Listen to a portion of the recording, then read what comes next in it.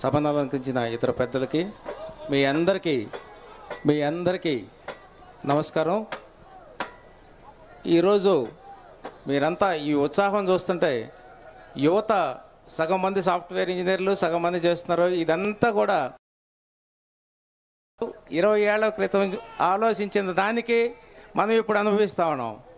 అలాగే ఇప్పుడే నాకు ఒక మెసేజ్ వచ్చిందండి. ప్రపంచం మొత్తం మీద 15 మెంబర్ల క్యాబినెట్ కానీ నిర్ణయిస్తే దానిలో మన చంద్రబాబు నాయుడు గారికి ప్లేస్ దొరికింది. సో అంటే మీరు ప్రపంచం గుర్తించిన మేధావి మన చంద్రబాబు నాయుడు గారు.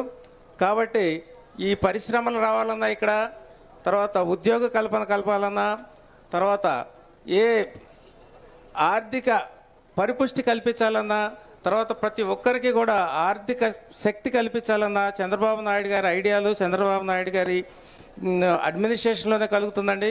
ఇప్పుడు జరుగుతున్నది మనకి అర్థమవుతుంది. ఎవరికి కూడా ఆర్థిక పరిపుష్టి జరిగే అవకాశం లేదు. అందరూ కూడా ఆధారపడి బ్రతికేలాగా పాలసీస్ ఉంటున్నాయి. అలాగే ఇప్పుడు మనకు ఇక్కడ కూడా చెన్నై, బెంగళూరుకి, తర్వాత ఆంధ్రాకి మన ఈ కాన్స్టిట్యుయెన్సీ ఒక మంచి సెంటర్ లాంటిది. ఇక్కడ ఖచ్చితంగా ఐటీ హబ్ తీసుకురాగలిగిన శక్తి కలిగిన వ్యక్తి మన బాబు గారు. అలాగే ఇండస్ట్రీస్ తీసుకురాగలిగిన వ్యక్తి మన బాబు గారు.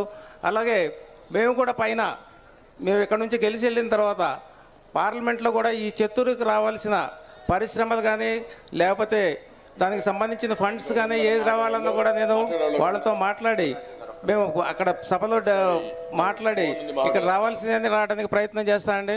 సో మనం అందరం కలిసి చంద్రబాబు నాయుడు గారికి ఇప్పుడు సీఎం పదవి తెప్పించుకోలేకపోతే మనకి మనకు బ్రతికే అవకాశమే లేనట్టు పరిస్థితి ఉంది ఇక్కడ. కాబట్టి అందరం కలిసి ఓటేయండి తెలుగుదేశం పార్టీకి. అలాగే నాకు కూడా ఓటేయండి. సో మేము అందరం కలిసి మీ ఆశలు, తర్వాత మీకు ఉద్యోగ కల్పనకి, తర్వాత ఆర్థిక పరిపుష్టికి అందరికీ కృషి చేస్తాం. అలాగే జనసేన నాయకులు, బీజేపీ నాయకులు, బీజేపీ కార్యకర్తలు వీళ్ళు కూడా ఉన్నారు. వాళ్ళందరికీ ఒకసారి నమస్కారం. అందరం కలిసి పనిచేద్దాం. అందరం కూడా బాబు గారిని సీఎంగా చూడాలని మా ఆశ. సీఎంగా చూస్తాం మనం. Thank you.